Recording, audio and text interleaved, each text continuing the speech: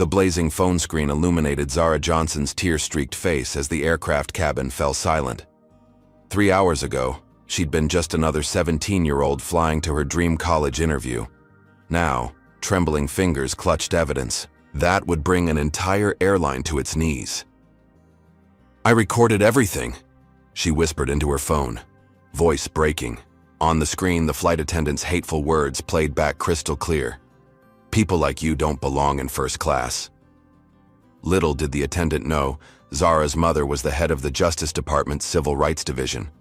Before we dive into this shocking story of discrimination at 30,000 feet, let me know where you're watching from. If you believe in standing up for justice and equality, hit that like button and subscribe to stay updated on more powerful stories like this one. Will Zara's recording be enough to fight against a system determined to silence her? Let's find out. Zara Johnson had been counting down the days to this flight for months. The 17-year-old honor student from Chicago's South Side had worked 3 part-time jobs after school, saving every dollar for her Harvard University interview trip.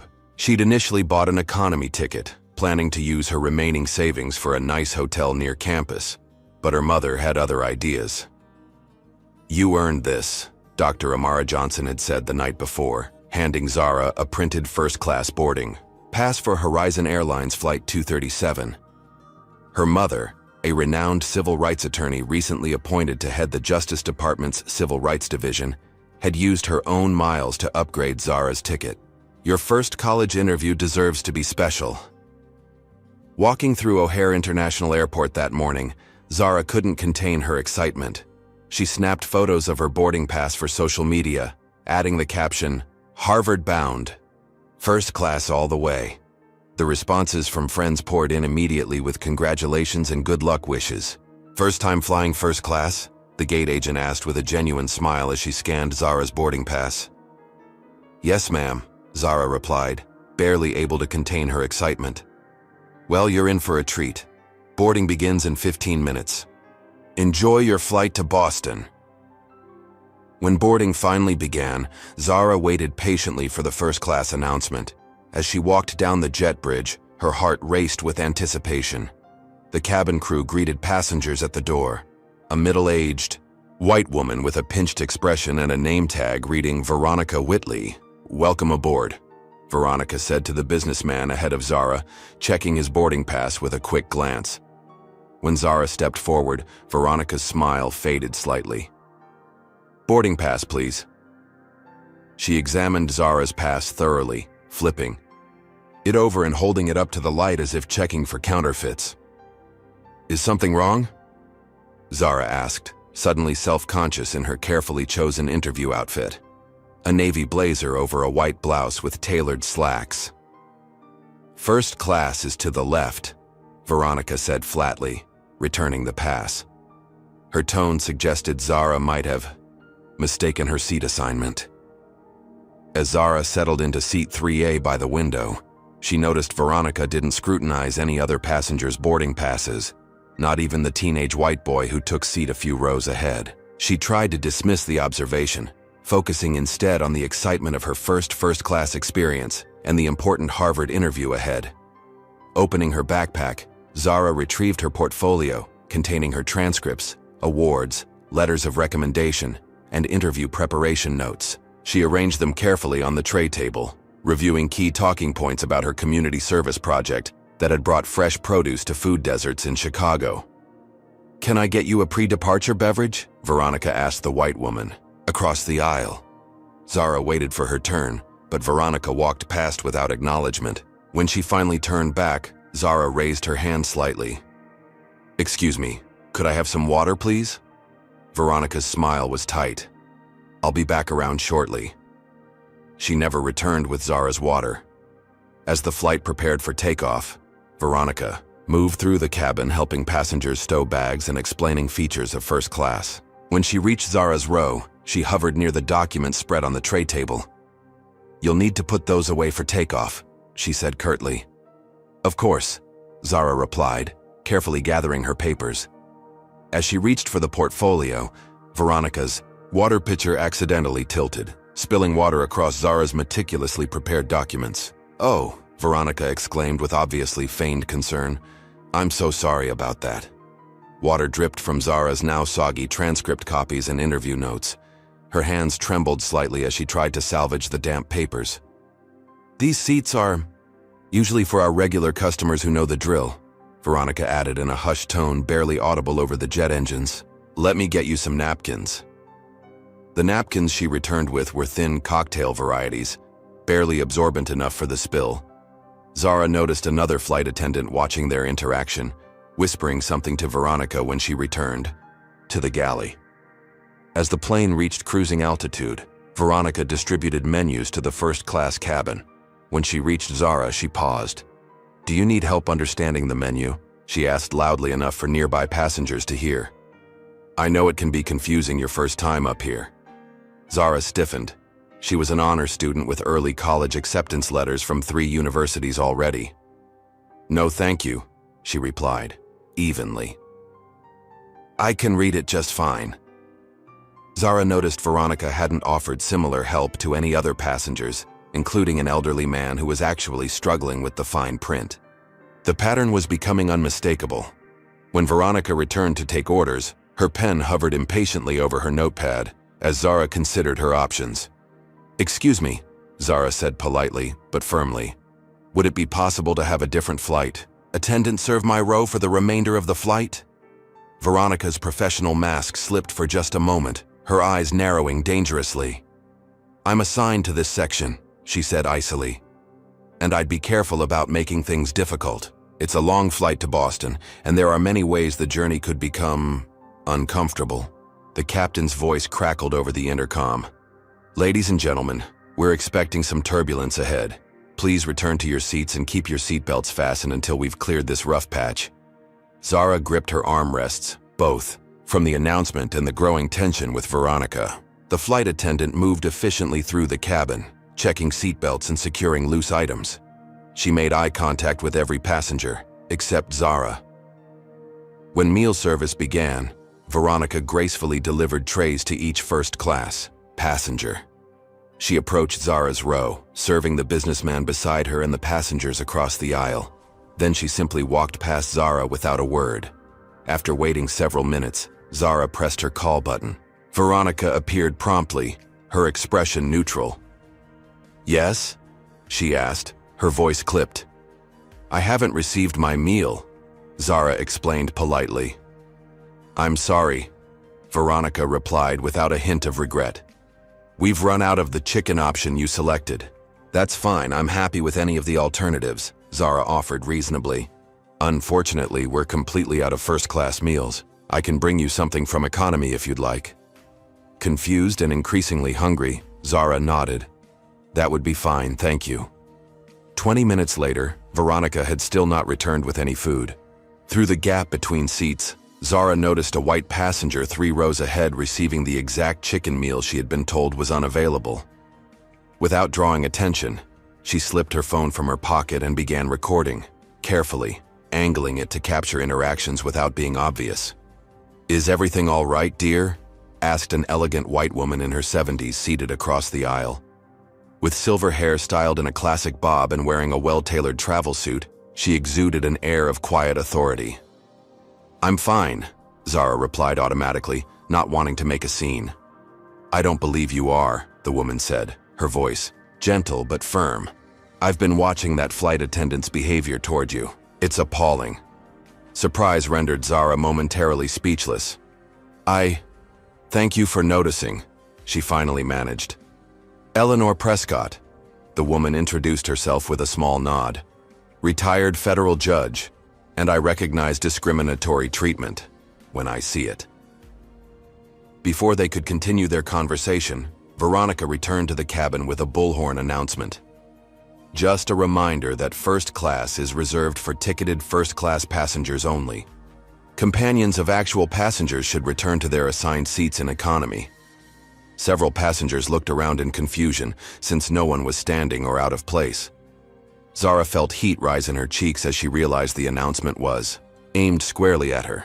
"Excuse me," Judge Prescott called out, her voice carrying the authority of decades on the bench. "Young lady, I believe your announcement is inappropriate and unnecessary." Everyone in this cabin has a first-class ticket, including this young woman. Veronica's expression hardened. Ma'am, I'm simply following airline protocol. Then your protocol appears discriminatory in application, Judge Prescott replied evenly. I'd be happy to discuss this further with your supervisor and perhaps the airline's legal team. Other passengers began to take notice of the exchange, some shifting uncomfortably in their seats while others watched with growing interest. The young lady has been disruptive, Veronica hissed, abandoning pretense. If she continues, we may need to divert the flight for security reasons. That's absurd, a middle-aged Asian man in a business suit interjected from the row behind. Zara. I've been sitting here the entire flight. She hasn't done anything disruptive whatsoever. Veronica glared at him before stalking back to the galley, whispering furiously to another crew member. 2 hours into the flight, Zara needed to use the restroom. She unbuckled her seatbelt during a smooth patch and walked toward the first-class lavatory. Veronica materialized from nowhere, blocking her path. Economy restrooms are in the back, she said loudly. I'm in first class, Zara replied, keeping her voice level. This is the closest restroom. Know your place, Veronica suddenly shouted, her composure completely evaporating. People like you don't belong in first class. The cabin fell silent. Zara's phone, hidden in her hand, captured every word. Have you ever witnessed discrimination like what Zara is experiencing? Comment number 1 if you've ever seen someone treated unfairly because of their race. Comment number 2 if you believe flight attendants should be held accountable for discriminatory behavior. Don't forget to like this video if you believe everyone deserves equal treatment regardless of their skin color. What do you think will happen next? Will anyone else stand up for Zara? Will she be able to use that recording to get justice? Subscribe. Now to find out how this shocking confrontation continues. Will the other passengers continue to witness this injustice in silence? Or will more allies emerge to stand with Zara against this blatant discrimination? The cabin remained stunned in the aftermath of Veronica's outburst. Zara stood motionless in the aisle, her phone still recording, as curious and concerned faces turned in her direction.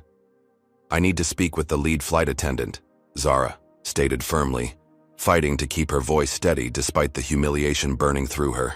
I'll handle this, said a male voice from behind. A tall, broad-shouldered man with a lead flight attendant badge reading Marcus Reed approached. His appearance should have brought relief, but something in his cold eyes told Zara this wasn't going to be the intervention she hoped for. What seems to be the problem here? Marcus asked, his tone professionally detached, but his attention directed primarily at Veronica rather than Zara. This passenger has been disruptive throughout the flight, Veronica answered before Zara could speak, demanding special treatment, ignoring instructions, and now creating a scene. That's not true, Zara protested. She's been targeting me since boarding.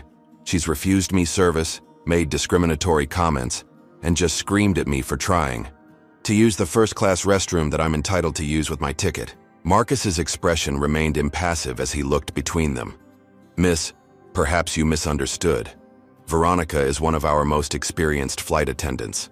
I'm sure she was simply enforcing standard protocols. Standard protocols don't include telling me I don't belong in first class because of how I look, Zara insisted, struggling to maintain her composure. I said no such thing, Veronica lied smoothly. This passenger has been imagining racial issues where none exist. It's becoming problematic for other passengers. Judge Prescott stood up from her seat. That is categorically false. I witnessed the entire exchange, as did several others. This young woman has been subjected to continuous discriminatory treatment. Marcus's jaw tightened almost imperceptibly. Ma'am, with all due respect, we're handling an internal matter. Please return to your seat. A civil rights violation is hardly an internal matter, Judge Prescott responded firmly. Marcus placed a hand on Zara's shoulder, guiding her away from the restroom and other passengers.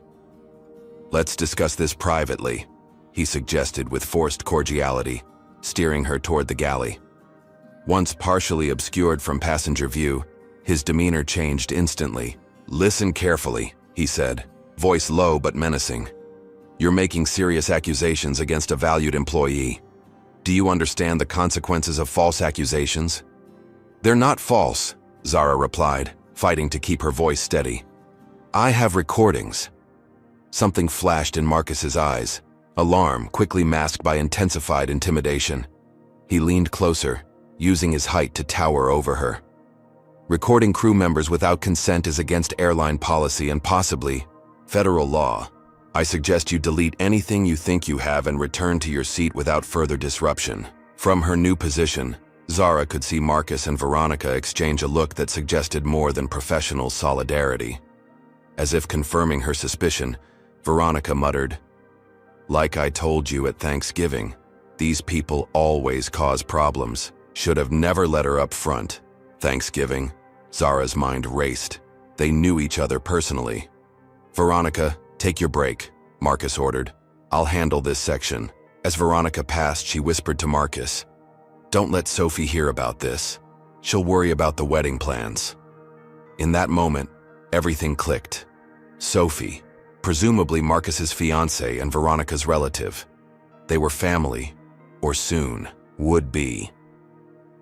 This wasn't just one prejudiced flight attendant. Zara was facing a unified front. "Recording this entire situation was very smart," said a quiet voice behind Zara. The Asian businessman who had spoken up earlier had approached unnoticed. "Anthony Chen, civil rights attorney," he introduced himself discreetly, pressing a business card into her palm. "Keep recording. I am too." Zara nodded almost imperceptibly as she returned to her seat, where Judge Prescott was waiting with knowing eyes. "Exchange information with us," Judge Prescott murmured. "We're witnesses to everything." Under the guise of sharing travel recommendations, the three quickly exchanged contact details while Marcus watched suspiciously from the galley. "I've seen cases like this before," Anthony whispered. "They're going to try to make you the problem. Stay calm, keep documenting." As if on cue, Marcus's voice came over the intercom. "Ladies and gentlemen, this is your lead flight attendant speaking. We're experiencing some passenger issues that may require intervention. If we cannot maintain appropriate cabin behavior, the captain may need to divert to the nearest airport. We appreciate your patience." The message was clear. Zara was being set up as a security threat. "This is an old tactic," Judge Prescott whispered. "Troublemakers get removed from flights and placed on no-fly lists. They're escalating because they realize you have evidence." Marcus approached their row, standing uncomfortably close to Zara's seat.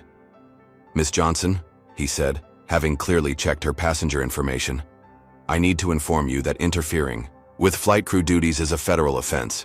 If you continue to disrupt this flight, we will have no choice but to take more serious action." The threat hung in the air like a storm cloud. Zara felt her heart pounding, but kept her expression neutral. Her mother's advice from years of civil rights work echoed in her mind. "Document everything. Stay calm. Know your rights." "I understand," she replied evenly. "I'm simply trying to receive the service I paid for without discrimination. I haven't disrupted anything." "That's your perspective," Marcus replied coldly. "Just be aware that the consequences of continued problems will fall entirely on you." As Marcus returned to the galley, Zara strategically shifted tactics.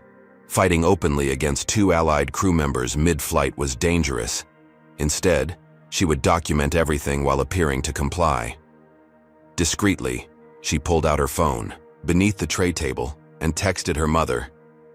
"On Horizon Flight 237 to Boston, being racially targeted by flight attendants Veronica Whitley and Marcus Reed. They're related. Have recordings. Other passengers witnessing. They're threatening. Diversion and arrest, please advise." Dr. Amara Johnson's response came quickly. "Stay calm. Keep recording. I'll contact airline executives now. What's your arrival time?" 3:45 p.m. at Logan, Gate B-17. "I'll make calls. Say nothing more to provoke them. Let me handle this." Zara exhaled slowly, feeling momentarily relieved. Her mother's position carried weight. Soon, someone in authority would know what was happening. Meanwhile, Veronica and Marcus seemed to believe they'd successfully intimidated Zara into submission. Service resumed in first class, though Zara received only the bare minimum attention. A plastic cup of water slammed down so carelessly that it splashed onto her tray. "Thank you," Zara said politely, maintaining her composure even as she noted the contrast with the warm service other passengers received. What she couldn't see was the flurry of activity happening behind the scenes. In Chicago, Dr. Johnson was calling her contacts at Horizon Airline's corporate headquarters, reaching the Chief Operating Officer Richard Thornfield directly. "This is concerning, Dr. Johnson," Thornfield said with practiced corporate concern. "I assure you we'll look into this immediately." But Richard Thornfield had no intention of addressing discrimination. As soon as he hung up, he called the flight directly through secure channels. "Veronica, it's Uncle Richard," he said when his niece answered the crew phone. "What's happening on that flight?" Veronica gave her version of events, painting Zara as an entitled troublemaker making false racism accusations. "She claims to have recordings," Thornfield said, alarm evident in his voice. "Her mother is with the Justice Department's Civil Rights Division. This could be problematic." "What should we do?" Veronica asked. "Build a case against her before she can build one against us. Document everything. Get statements from passengers who didn't witness the early interactions. Check her passenger information. Find anything we can use." When Veronica hung up, she immediately accessed Zara's passenger profile on the crew tablet. The information showed Zara's Harvard interview scheduled for tomorrow morning. Perfect ammunition. During the meal service that Zara had finally received, a cold sandwich from economy rather than the hot meal others enjoyed, Veronica deliberately passed behind her with a tray of red wine for other passengers. With practiced precision, she stumbled slightly, sending a full glass cascading onto Zara's cream blouse and navy blazer, her carefully chosen interview outfit. "Oh, how clumsy of me," Veronica exclaimed with transparent insincerity. "And on your interview clothes too. What a shame." Zara bit her lip hard, fighting back tears of frustration as the red liquid spread across the fabric. There would be no saving this outfit now. "I have some club soda," Judge Prescott offered immediately, reaching into her handbag. "Come to the lavatory, dear. We might salvage it." In the tiny bathroom, Judge Prescott helped Zara blot the worst of the stain. "Document this too," she advised quietly. "Take photos of the damage." When they returned to their seats, Anthony Chen leaned forward. "They've escalated to property damage now. This strengthens your case." But the airline's counteroffensive was just beginning. Marcus approached another passenger, a businessman who had been sleeping with noise-canceling headphones during the earlier confrontations. "Sir, I need to document a passenger incident," Marcus said officially. "Did you witness the young woman in 3A becoming angry and refusing crew instructions?" Confused but trusting the authority figure, the man shrugged. "I was asleep, but I'll take your word for it." Marcus nodded, making notes on his tablet. "And did you notice her consuming alcoholic beverages? She appears intoxicated." "I really couldn't say." "Just based on your observations, does she seem agitated to you?" The passenger glanced at Zara, who was still trying to manage her stained clothing. "She does seem upset about something." Marcus nodded as though this confirmed everything. "Thank you, sir. We're building a report." The strategy was becoming clear.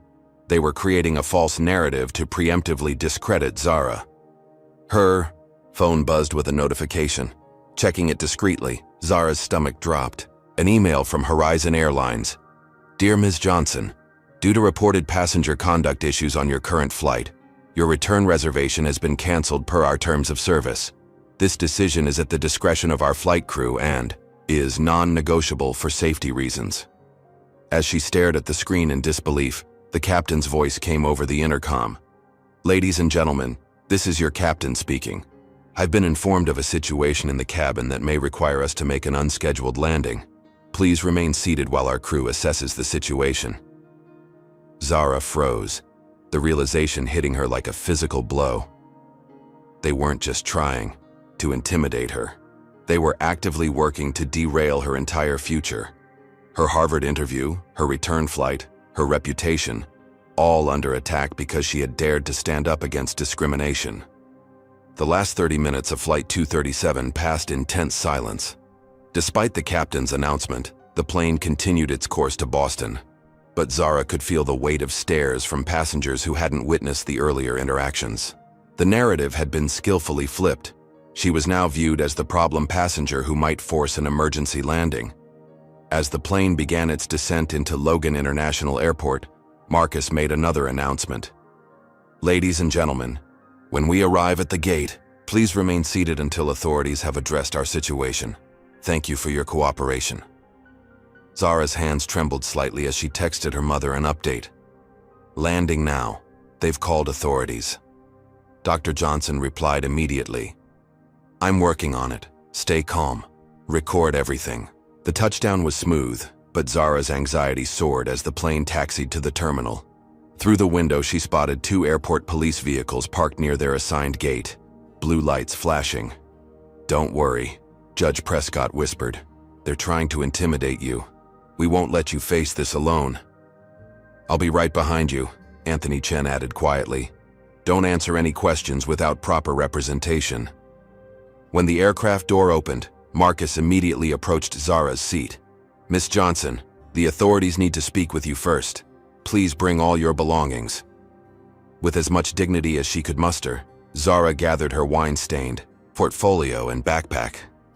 The crimson stains on her carefully chosen interview outfit felt like a brand marking her as a troublemaker.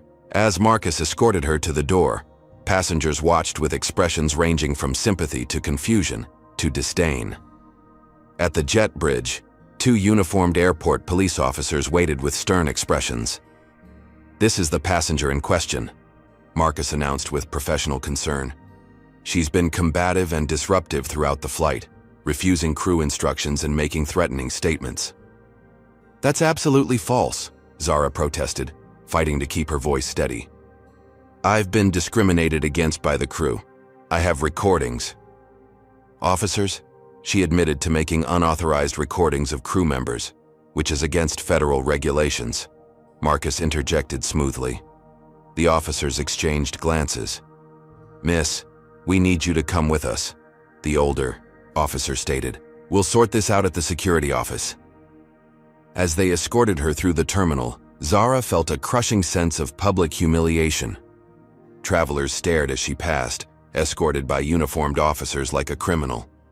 Even worse, she noticed a local news cameraman filming the scene. Someone had tipped off the media. At the security office, the questioning began immediately.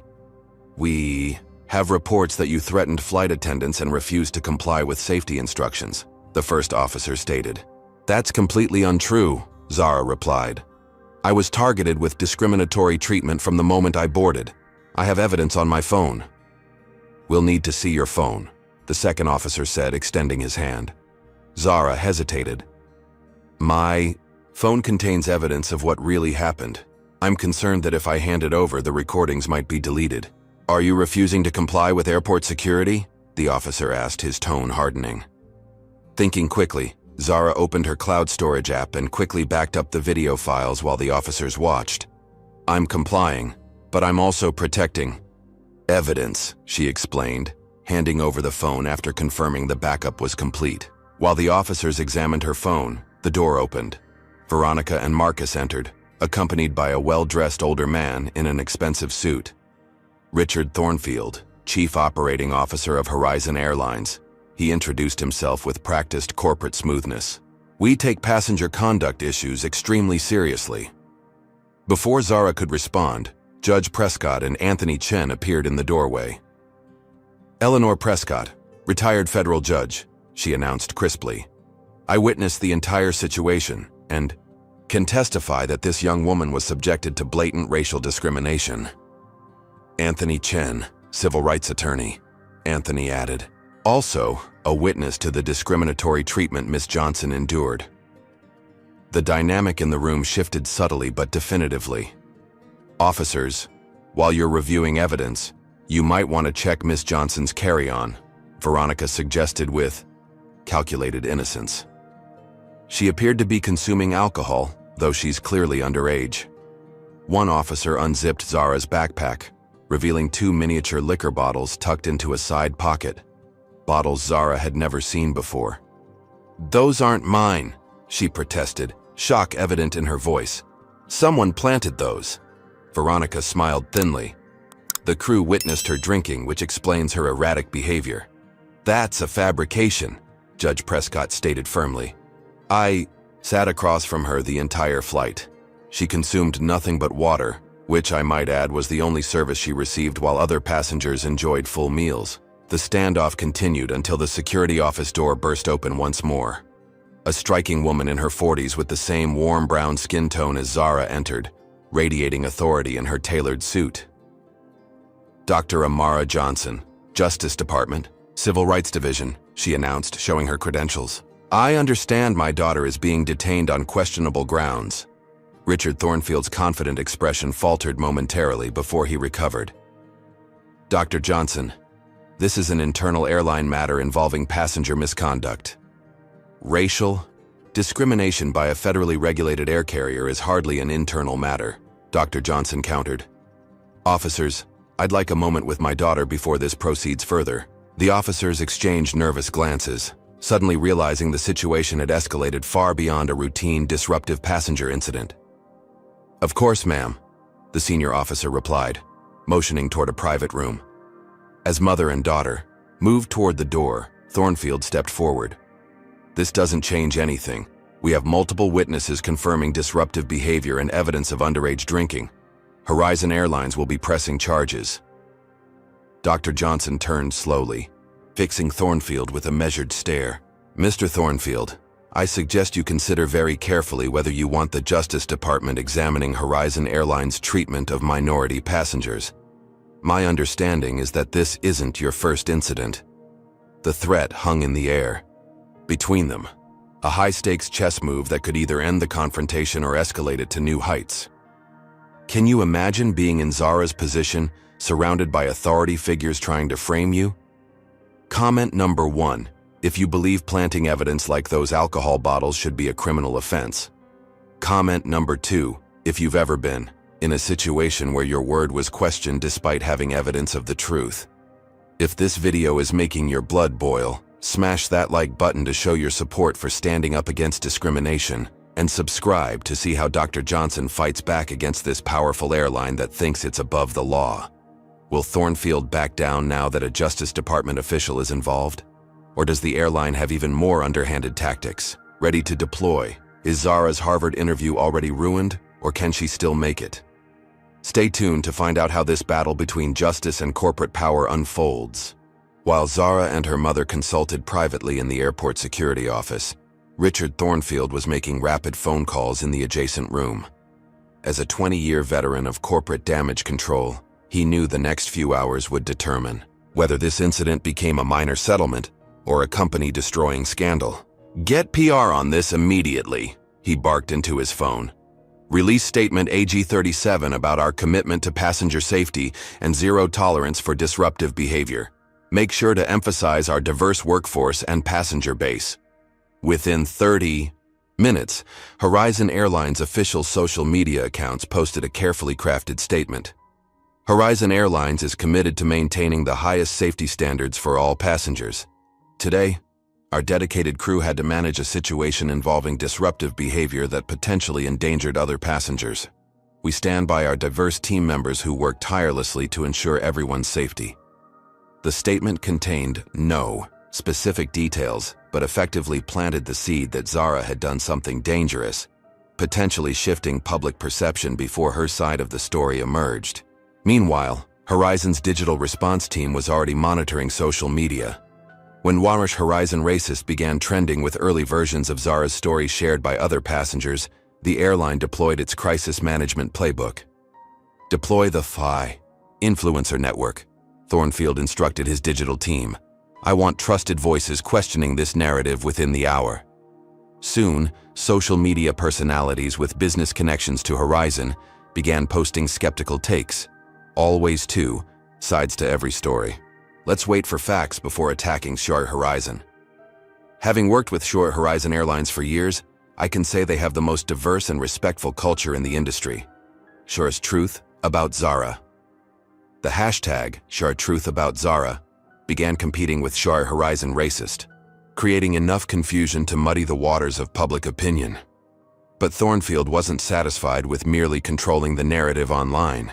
He needed leverage against Dr. Johnson directly. "Get me everything on Zara Johnson," he demanded from his corporate intelligence team.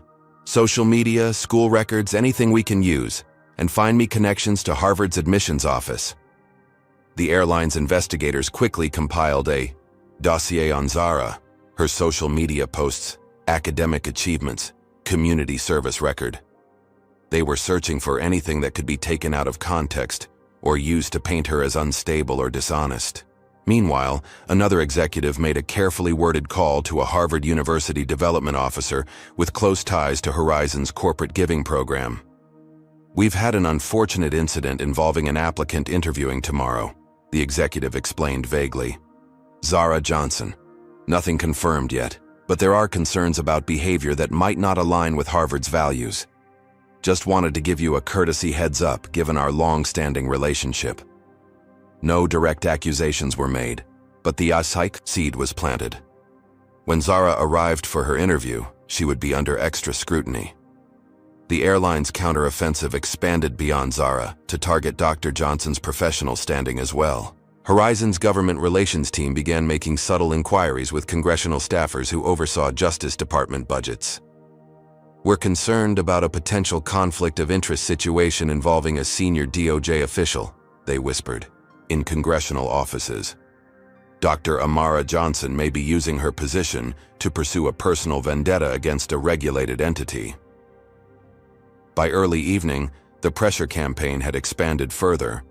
Horizon's partner companies, including banks, credit card companies, and hotel chains, began receiving briefings about the unfortunate situation.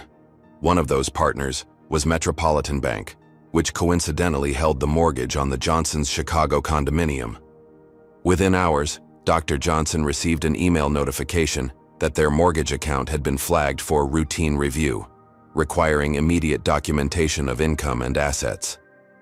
Back at the airport, after hours of statements and countering Horizon's accusations, Dr. Johnson and Zara finally prepared to leave for their hotel. Zara's phone had been returned, her recordings preserved despite Horizon's attempts to have them confiscated as unauthorized surveillance. As they exited the security office, Dr. Johnson's phone rang. The caller ID showed her direct supervisor at the Justice Department. "Amara, we need to talk," the Deputy Attorney General said without preamble. "I've received calls from 2 congressional committees asking about your involvement in a situation with Horizon Airlines. They're suggesting a conflict of interest, given your daughter's involvement." "The airline discriminated against my daughter," Dr. Johnson replied firmly. "Any parent would advocate for their child." "Yes, but not every parent heads the Civil Rights Division," her boss countered. "Look, I'm on your side, but the department may need to recuse you from any investigation into this matter to avoid the appearance of impropriety." As she ended the call, Dr. Johnson realized the true scope of what they were facing. This wasn't just about one bigoted flight attendant or even a discriminatory airline culture. They were up against a corporate machine with tentacles reaching into government, media, banking, and education, all mobilized to silence one teenage girl who had dared to document racism. "They're trying to isolate us," she explained to Zara, as they settled into a taxi. "Make us feel alone and overwhelmed, so we'll take a settlement and sign an NDA." Zara looked at her stained interview outfit and felt the weight of the day crushing down on her shoulders. "Maybe we should," she whispered. "My Harvard interview is tomorrow. I can't fight an entire airline and still be prepared." Dr. Johnson took her daughter's hand firmly. "Listen to me. This is exactly why your interview matters more now than ever. If we let them silence us, they'll do it to someone else tomorrow. Someone without our resources and connections." Zara nodded slowly, drawing strength from her mother's resolve. "So what do we do now?" "Now," Dr. Johnson said with determined calm, "we build our own coalition." The presidential suite at the Boston Harbor Hotel became command central for what Dr. Johnson now mentally categorized as Johnson vs. Horizon Airlines. Though no formal lawsuit had been filed yet, both women knew this confrontation had evolved far beyond a customer service complaint. "First, we document everything while it's fresh," Dr. Johnson instructed, her legal training taking precedence over maternal outrage. Write down every interaction, every word exchanged, every witness present. While Zara reconstructed the timeline of events, Dr. Johnson worked her phone like a virtuoso, activating networks she'd built over 20 years in civil rights law. Maya, Amara Johnson, I need your investigative skills, she said to Maya Washington, a Pulitzer-winning journalist known for exposing corporate malfeasance. Horizon Airlines has a discrimination problem they're trying to bury. My daughter has recordings. How soon can you meet us? Next came legal reinforcements. Caroline, it's Amara. Remember our discussion about corporate accountability last month at the bar conference? I'm calling in that favor. By midnight, their hotel suite had transformed into a strategy room. Judge Prescott and Anthony Chen had joined them, along with 3 attorneys from Boston's top civil rights firm, who had dropped everything to assist. Maya Washington arrived with a digital forensics expert who helped secure Zara's recordings against potential hacking attempts. Horizon will claim these were illegally obtained, the expert explained, creating authenticated backups. But Massachusetts is a one-party consent state for recordings, so you're covered legally. Meanwhile, Maya was already digging into Horizon's history. This isn't their first rodeo, she revealed, showing them her preliminary research. I've found 27 discrimination complaints against Horizon in the past 3 years, all settled with NDAs. Most involved passengers of color, in first class or business class. They bury these cases individually, one attorney observed, but collectively, they show a pattern of systematic discrimination. As they strategized, Dr. Johnson's phone rang again. Unknown number, she noted before answering cautiously. Dr. Johnson, you don't know me, but I used to work for Horizon. Airline's HR, a nervous voice began. I was forced out 6 months ago after questioning their passenger profiling practices. I have documents. Passenger profiling? Dr. Johnson repeated, putting the call on speaker. They call it premium cabin culture preservation. Flight attendants are trained to provide enhanced scrutiny to passengers who don't fit the premium demographic profile. It's all in coded language, but the practice is clear. Make certain passengers feel unwelcome in first class. By morning, 3 more former Horizon employees had contacted them, each with pieces of evidence about the airline's discriminatory culture. One provided internal emails about maintaining premium cabin standards, with explicit instructions to check certain passengers' tickets more thoroughly than others. Anthony Chen had established a secure digital workspace where they compiled and organized evidence, recordings, witness statements, employee testimonials, and Maya's research revealing similar incidents. We need congressional support, Dr. Sois, Johnson said, dialing another number. This is bigger than one incident. Congresswoman Elaine Turner, chair of the Congressional Black Caucus, answered immediately. Amara, what's this I hear about you taking on an airline? After hearing the full story, the Congresswoman was livid. My transportation committee has been looking for a case like this. The airline industry has hidden behind federal preemption for too long when it comes to discrimination claims.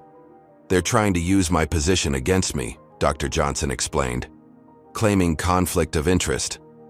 Let them try, Congresswoman Turner replied. I'll announce committee hearings on airline discrimination practices next week. They want to make this about you? We'll make it about their entire industry. As allies rallied around them, Zara focused on her approaching Harvard interview. Despite everything, she was determined to present her best self to the admissions committee. I can reschedule if needed, the Harvard admissions officer had told her sympathetically when she called to explain the situation. No, Zara had decided firmly. I won't let them disrupt my future. Judge Prescott helped Zara prepare with mock interviews while her mother strategized with the legal team. Anthony Chen worked with tech experts to secure their communications against potential surveillance, having discovered suspicious access attempts on their hotel Wi-Fi. Around 9 p.m., as the strategy session continued, Zara's phone buzzed with an incoming email from an anonymous address.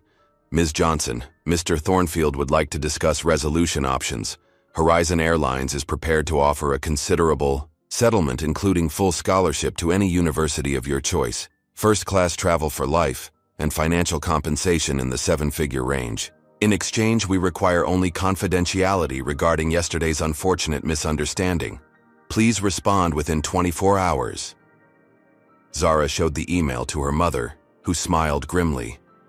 They're scared, she observed. And they should be. Just then, Maya Washington burst into the suite, laptop in hand. You need to see this, she said urgently.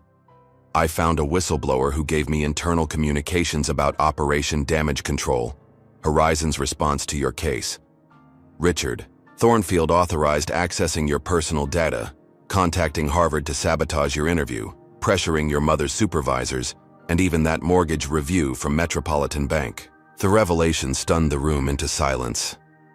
Even for seasoned attorneys accustomed to corporate malfeasance, the coordinated attack against a 17-year-old girl was shocking. They crossed every legal and ethical line, Judge Prescott said, breaking the silence.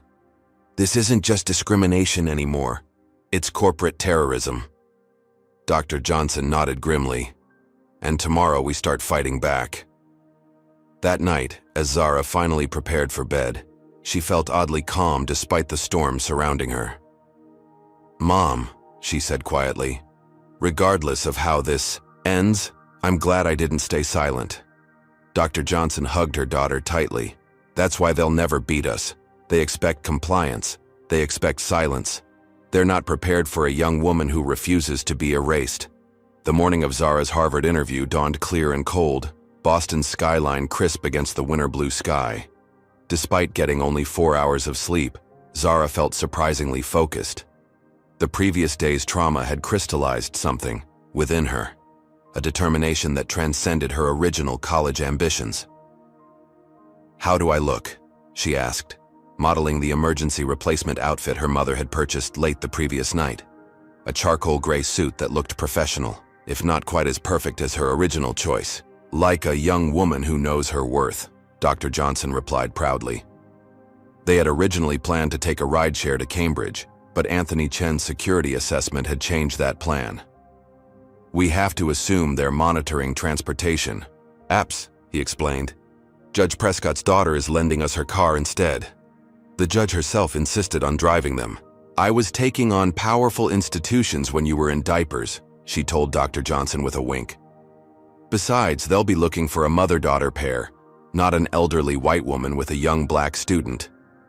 The precautions might have seemed paranoid 24 hours earlier, but the evidence of Horizon's far-reaching counterattack had justified every security measure.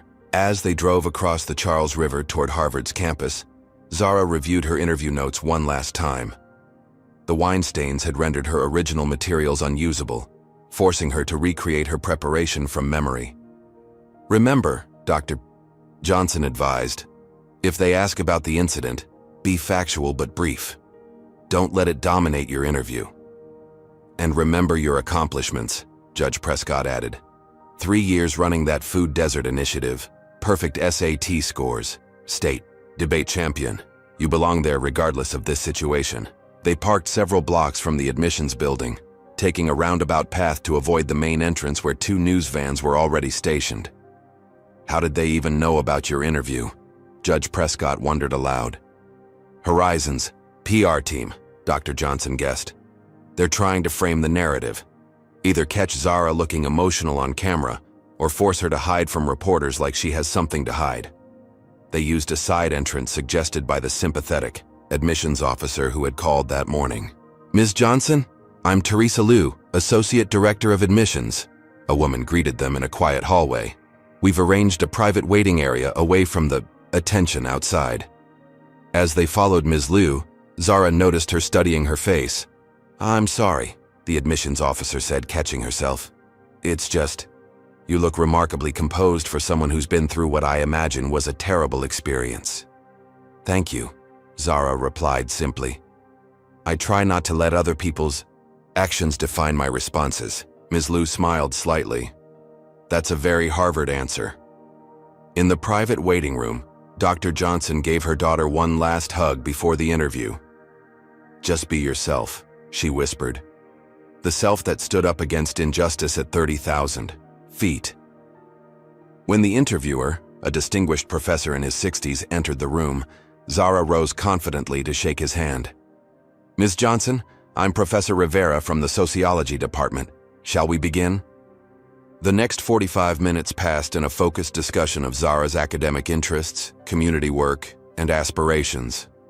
Professor Rivera asked challenging questions about her food desert initiative, pressing her on implementation details and scalability challenges. Zara responded thoughtfully, drawing on 3 years of hands-on experience. Only toward the end did he broach the subject hovering unspoken between them. "Ms. Johnson, we've received some unusual communications regarding your application. Would you care to address any recent experiences that might provide context?"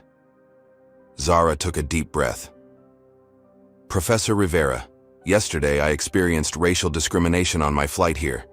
I stood up for myself, documented the incident, and now a corporation is using its resources to discredit me. I believe this situation demonstrates exactly why I want to study law and social justice at Harvard, because systems of power still need to be held accountable, and I intend to be someone who does that holding." The professor's expression remained neutral, but Zara thought she detected a glimmer of approval in his eyes. "Thank you for your candor," he said simply, making a final note before closing her file. As Zara exited the interview room, she felt a complex mixture of emotions: relief at completing the interview despite everything, pride in her performance, and lingering anger at the circumstances that had threatened to derail her future. Her mother and Judge Prescott waited anxiously. "How did it go?" Dr. Johnson asked immediately. I think it went well," Zara replied, allowing herself a small smile. "He asked tough questions, but that's good, right?" Their momentary celebration was interrupted by Miss Liu rushing toward them. "Dr. Johnson, there are news crews at every exit. Someone leaked Ms. Johnson's interview schedule." Judge Prescott frowned. "They're determined to create a spectacle." "We don't hide," Dr. Johnson decided after a moment's thought. "Zara, are you comfortable making a brief statement? Nothing about case specifics, just your commitment to addressing discrimination?" Zara nodded firmly. "I won't let them frame this story without my voice in it." They chose the main entrance, where 3 television cameras and several reporters waited. As soon as Zara appeared, microphones thrust forward. "Ms. Johnson, is it true you're suing Horizon Airlines? Did you threaten flight attendants as the airline claims?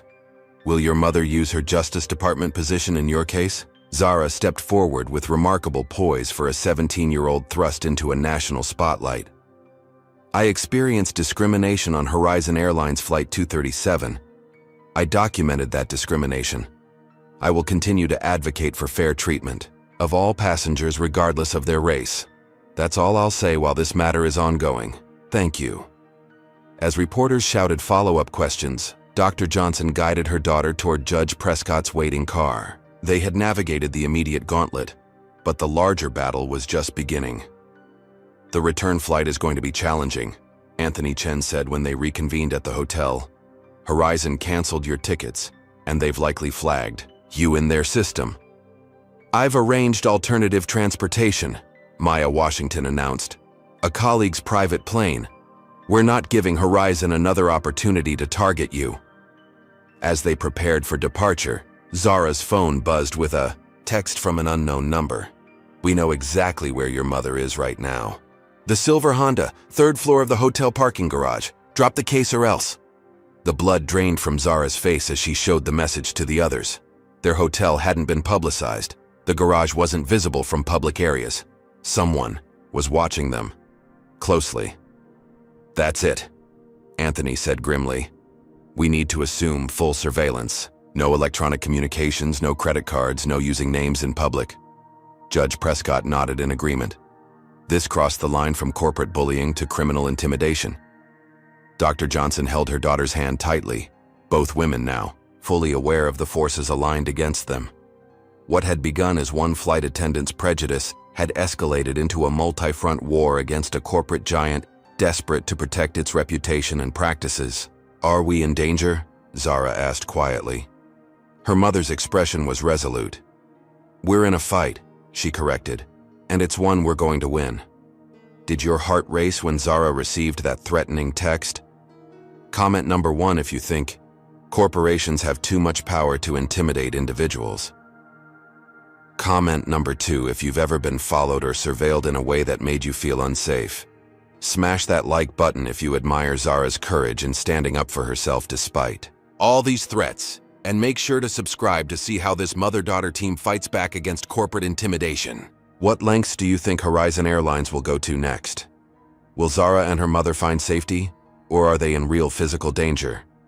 How far will Richard Thornfield go to protect his company's reputation?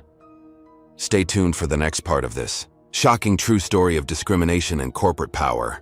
The Johnsons returned to Chicago aboard Maya Washington's colleague's private plane, bypassing commercial airlines entirely. The flight provided a brief respite from the constant vigilance of the past 36 hours, but that sense of security evaporated the moment they reached their apartment door. "Something's wrong," Dr. Johnson whispered, noticing the nearly imperceptible signs that someone had been inside. A picture frame tilted slightly differently, the mail stack rearranged, the faint scent of unfamiliar cologne lingering in the air. A methodical search confirmed their fears. Nothing valuable had been taken, but Zara's laptop showed signs of tampering. Dr. Johnson's home office had been subtly searched, papers shifted and replaced with false precision. "They're sending a message," Anthony Chen said when they called him. "They want you to know they can reach you anywhere." "Call the police," Maya advised during their secure conference call. "And tell them what?" Dr. Johnson countered. "That papers were moved? That we smell cologne? Without clear evidence of forced entry or theft, they'll file a report and nothing more." The home invasion was just the beginning. The next morning, Dr. Johnson received a call from the Justice Department's Deputy Attorney General.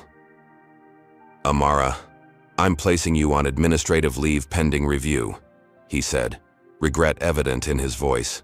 "3 congressional committees have raised concerns about conflicts of interest. The White House counsel is also asking questions."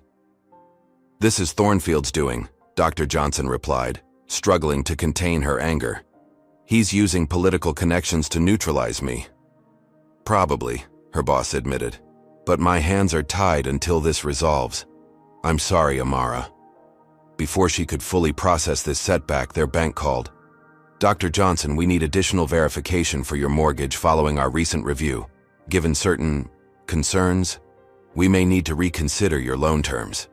The Johnsons' long-standing mortgage with favorable terms was suddenly in jeopardy, threatening the home they had lived in for 15 years.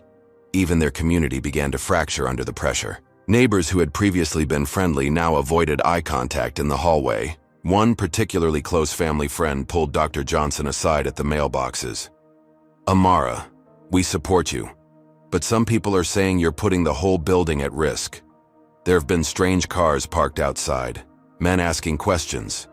People are nervous." The stress began taking a physical toll on Zara. She developed anxiety attacks, her hands trembling uncontrollably when her phone buzzed with notifications.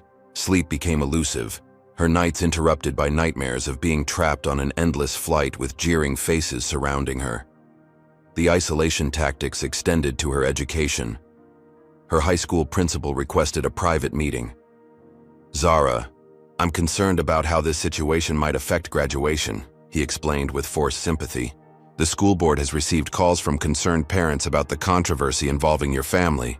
There's talk about the graduation ceremony becoming a media circus." Her small circle of close friends remained loyal, but many others pulled away. "My dad says I shouldn't hang out with you right now," one classmate explained awkwardly in the hallway. "He says it could affect his job at the airline contractor company." The digital warfare intensified. Both Zara and her mother experienced suspicious login attempts on their email and social media accounts. Their phones began displaying unusual behavior, battery draining rapidly, unexpected restarts, background noises during calls. "They're trying every angle," Anthony advised during their daily secure call. "Classic isolation and pressure tactics. Make you feel alone, watched, and overwhelmed until capitulation seems like the only option." The surveillance became increasingly blatant. Black SUVs with tinted windows parked across from their building. Men with earpieces followed Dr. Johnson to the grocery store, making no attempt to hide their presence. Then came the most alarming escalation. Their attorney's office experienced a break-in, with only the files related to their case targeted.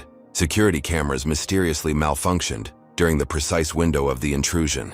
"This is beyond corporate intimidation," Judge Prescott declared during their secure call. "This is organized harassment with potentially criminal dimensions." Dr. Johnson tried to maintain a calm exterior for Zara's sake, but the constant pressure was taking its toll on her as well. She jumped at unexpected sounds and carried herself with the wary alertness of someone under siege. Her resolve remained unbroken, however, until the day of her crucial meeting with senior Justice Department officials who might potentially reinstate her despite the pressure. As she drove down Lakeshore Drive toward downtown, her car suddenly lurched forward, accelerating without her input. The brake pedal went completely to the floor with no resistance, useless against the car's increasing speed. Fighting panic, she managed to wrestle the vehicle onto an exit ramp and use the emergency brake and collision with a safety barrier to bring it to a stop. The mechanic's assessment was unequivocal. "Someone tampered with your brake lines and installed a remote acceleration override. This wasn't an accident." When she finally made it to the Justice Department meeting via taxi, visibly shaken and 30 minutes late, the message from her superiors was clear. The situation had become untenable. Her continued pursuit of the case against Horizon was putting not just her career but potentially her family's safety at risk. "Perhaps a settlement is the wisest course," one senior official suggested gently. "There will be other battles, Amara." For the first time since the ordeal began, Dr. Johnson found herself considering surrender. The car accident proved to be the turning point, not toward capitulation, but toward a more aggressive strategy. As Dr. Johnson sat in their apartment that evening, ice pack pressed against her bruised shoulder, a steely determination replaced her momentary doubt. "They tried to kill me today," she told Zara, her voice unnervingly calm. "We're done playing defense." Zara looked up from her homework, fear and resolve battling in her expression. "What do we do?" "We take everything we have, every recording, every witness statement, every piece of evidence about their intimidation campaign, and we go public, all at once." Their secure conference call that night included an expanded coalition: Maya Washington, Anthony Chen, Judge Prescott, 3 civil rights attorneys, a digital security expert, Congresswoman Turner, and 2 new allies, a former FBI agent specializing in corporate misconduct and a crisis management consultant who had recently left Horizon's main PR firm. "The key is synchronized release across multiple channels," the PR expert advised. "Too much firepower for them to shoot down at once." "And absolutely comprehensive," Maya added. "Not just the initial discrimination, but the entire retaliatory campaign. The break-ins, the car tampering, everything." They spent hours organizing their evidence into clear, irrefutable packets. Zara's original recordings were enhanced by audio experts to improve clarity. Witness statements from Judge Prescott, Anthony Chen, and others were notarized and prepared for release. Documentation of the intimidation campaign, from Harvard interference to banking pressure to physical surveillance, was meticulously compiled. "We release at 8 a.m. tomorrow," Dr. Johnson decided. "Gives news outlets maximum time to run the story all day." When morning came, the counteroffensive began with military precision. Maya Washington published a devastating front-page exposé in a major national newspaper, detailing not just Zara's experience but uncovering Horizon's pattern of discrimination through interviews with 20 former passengers who had broken their NDAs to speak out.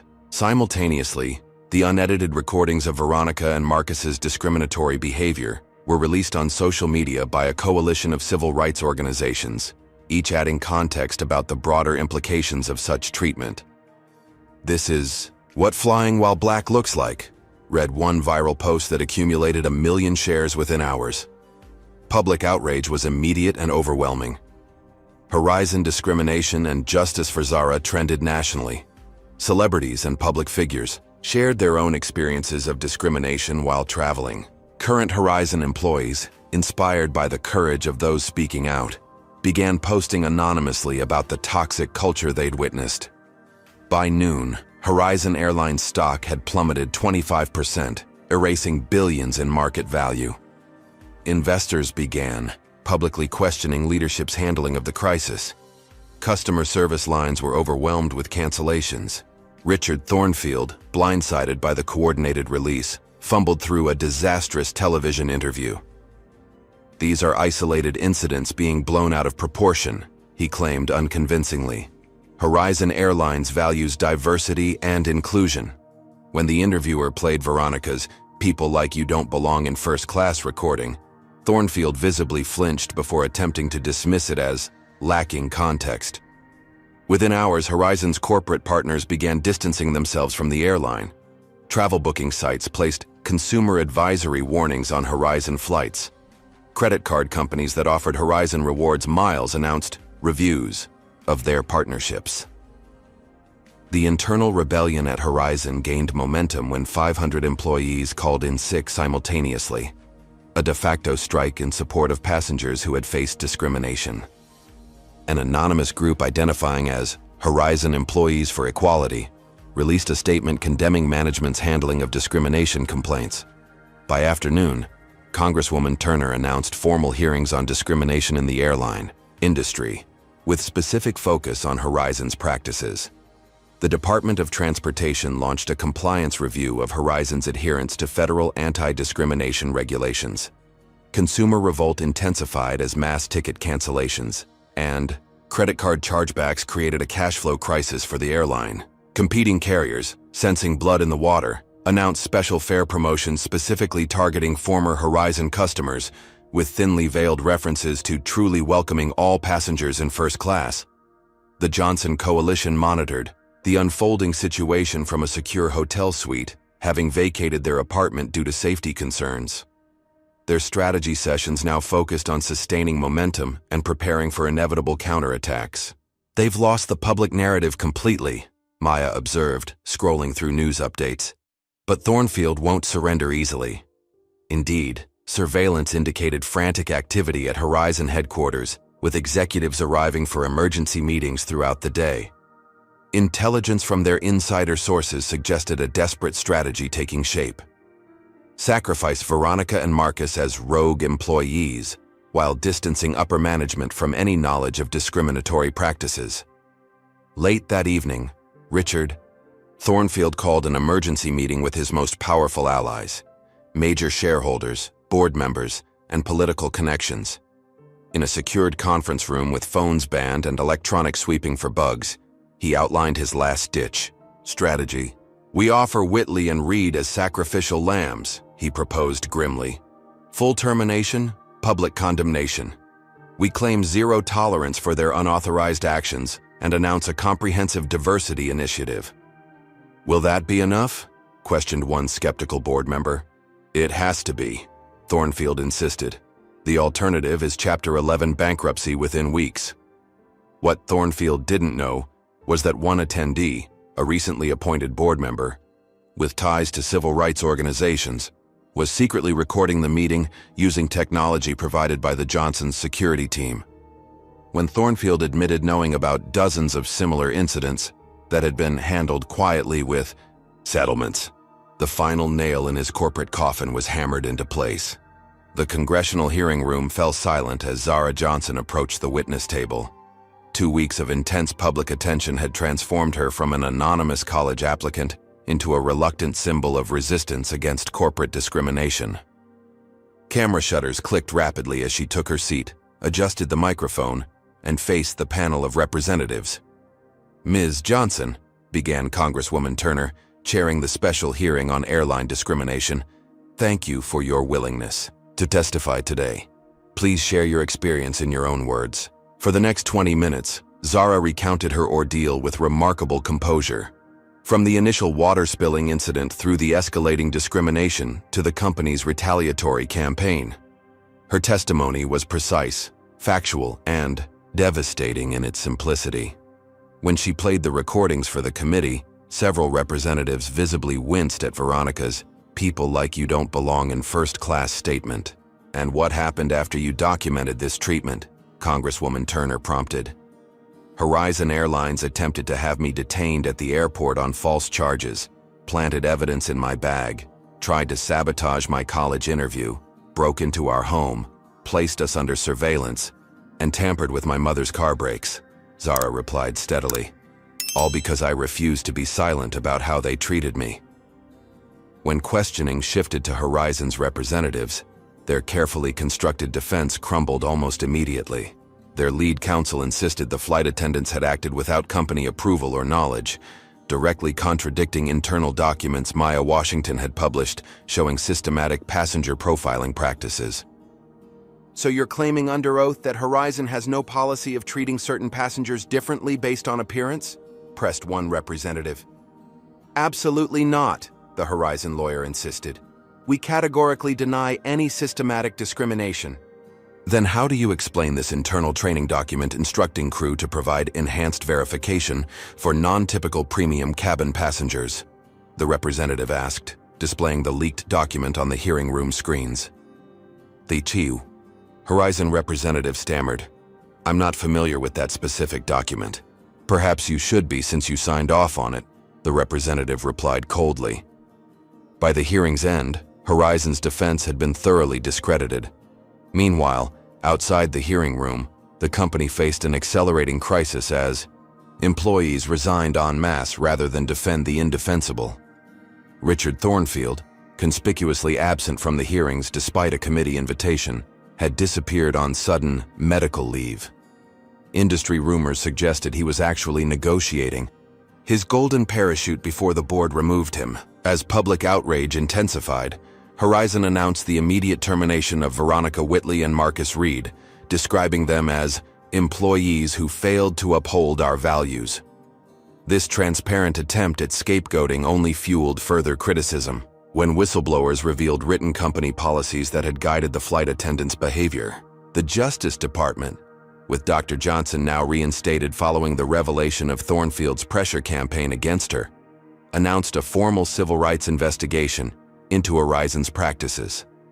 The FAA launched a separate investigation into the airline's safety culture, particularly the allegations of brake tampering on Dr. Johnson's vehicle. Financial markets responded brutally. Horizon's stock, already down nearly 40%, continued its free fall as major investors dumped their holdings. Credit rating agencies downgraded the airline's debt to junk status. Industry analysts began publishing bankruptcy probability models for what had once been the nation's fourth largest carrier. In a last-ditch effort to salvage something from the wreckage, Horizon's board announced a complete leadership overhaul and rebranding initiative. New Horizons Airlines would emerge with a diverse management team and industry-leading anti-discrimination policies they promised. But the attempted Corporate Phoenix Act came too late. Passengers had shifted to competitors, partners had severed ties, and regulators circled like sharks scenting blood. Investment banks refused to extend additional credit to the struggling airline. As Horizon's collapse appeared increasingly inevitable, Richard Thornfield made an unexpected move. Through intermediaries, he requested a private meeting with the Johnsons at a neutral location. It's obviously a trap, Anthony Chen warned during their strategy call. Or a desperate man's last play, Judge Prescott countered. Either way, it tells us something valuable. After extensive security precautions, including multiple location changes and electronic sweeping for surveillance devices, the meeting took place in a private dining room of a discreet restaurant. Thornfield, looking haggard and sleep-deprived, arrived alone as agreed. I'll be direct, he began without preamble. Horizon is finished. The board is preparing bankruptcy filings, but this goes beyond one airline. We're listening, Dr. Johnson replied neutrally. What happened to your daughter wasn't isolated, Thornfield continued. It's endemic throughout the industry. Premium cabin discrimination is standard practice. Across every major airline, just packaged differently and hidden better. He slid a thumb drive across the table. This contains internal communications from the Airline Executive Council.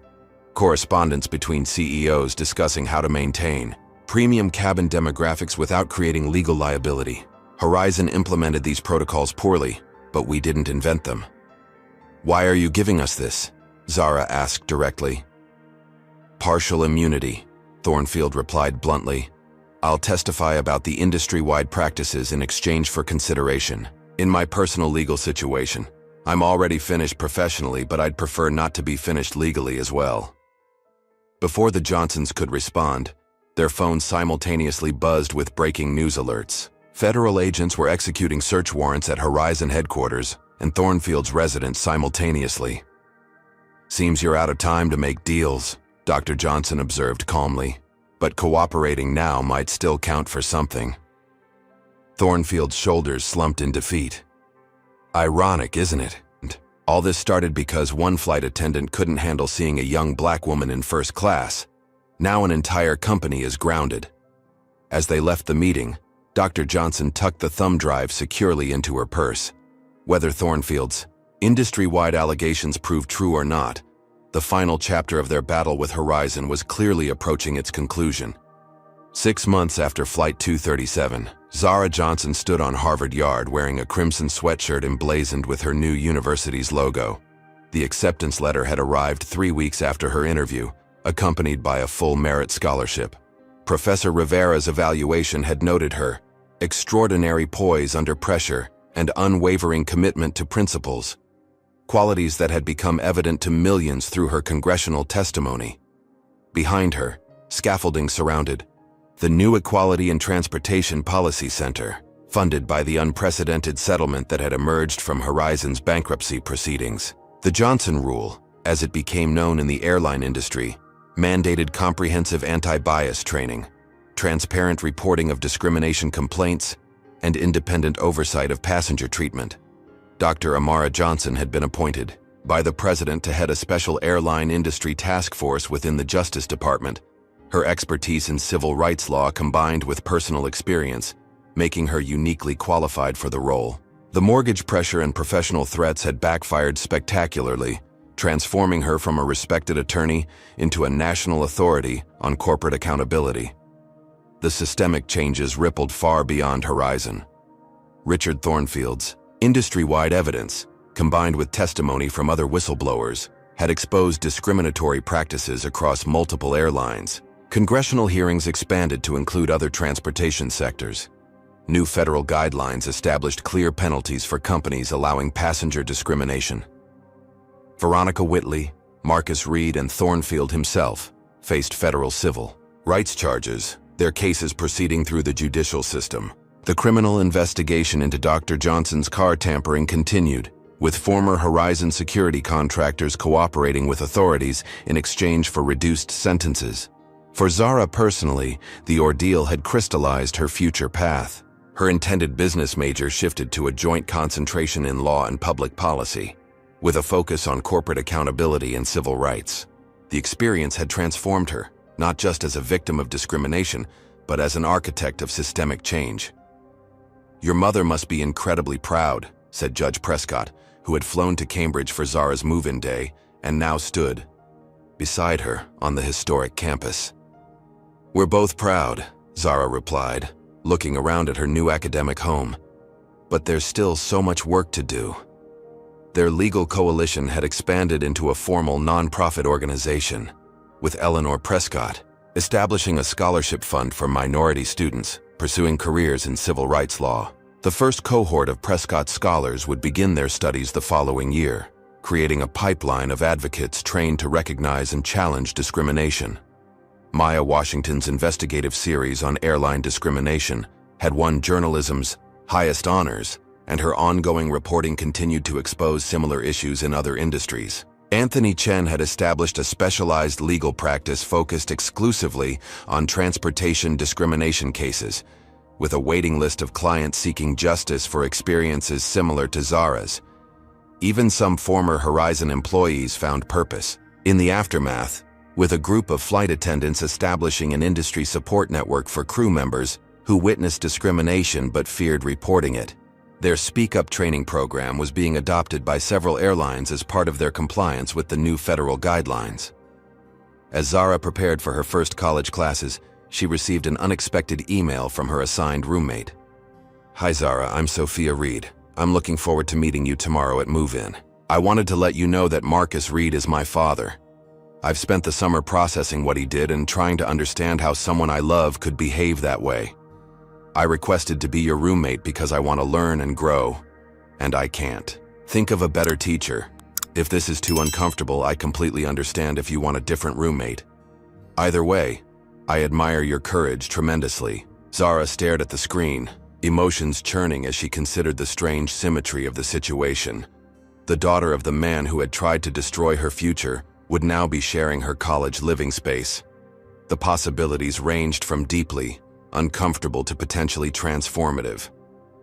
After careful thought, she composed her reply. Sophia, thank you for your honesty. This won't be easy for either of us, but I believe difficult conversations lead to real change. I'm willing to try if you are. See you tomorrow. As she hit send, Zara reflected on how a single flight, meant to be simply transportation to an interview, had instead launched her on an entirely different journey. What had begun with one flight attendant's prejudice had escalated into a confrontation with corporate power, ultimately reshaping airline industry practices and her own life path. Tomorrow would bring new challenges, including the complicated dynamics of sharing a room with Marcus Reed's daughter.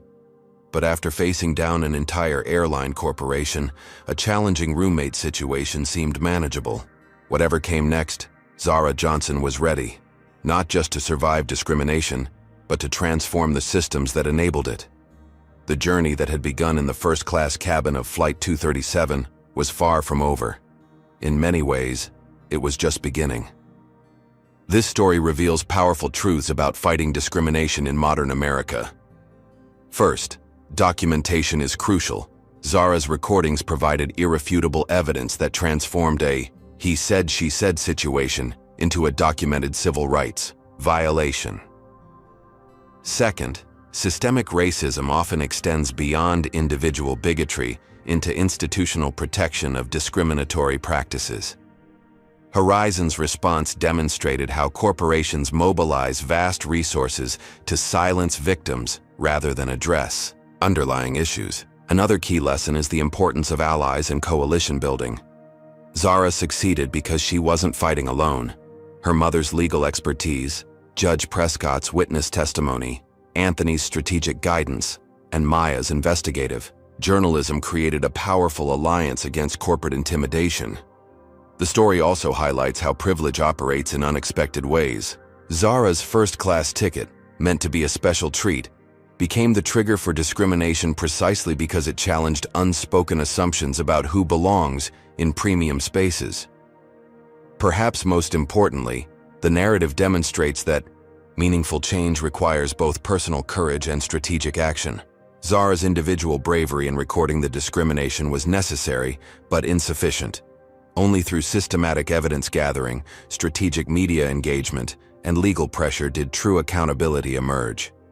This reminds us that fighting injustice requires both moral clarity and tactical wisdom, especially when confronting systems designed to protect themselves at any cost. Has discrimination ever made you feel powerless in a situation where you should have been treated with respect?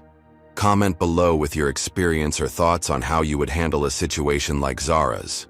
Would you have had the courage to record evidence like she did? If this story resonated with you, please hit that like button to help it reach others who need to hear this message of resilience and accountability. Subscribe to our channel for more powerful stories about standing up against injustice in everyday situations. Share this video with someone who might be facing discrimination and needs to know they're not alone. Sometimes knowing others have fought similar battles and won provides the courage needed to speak up. Thank you for joining us for this important story. Remember, change happens one brave action at a time, and your voice matters more than you know. Stay strong, stay vigilant, and never stop fighting for the respect and dignity everyone deserves.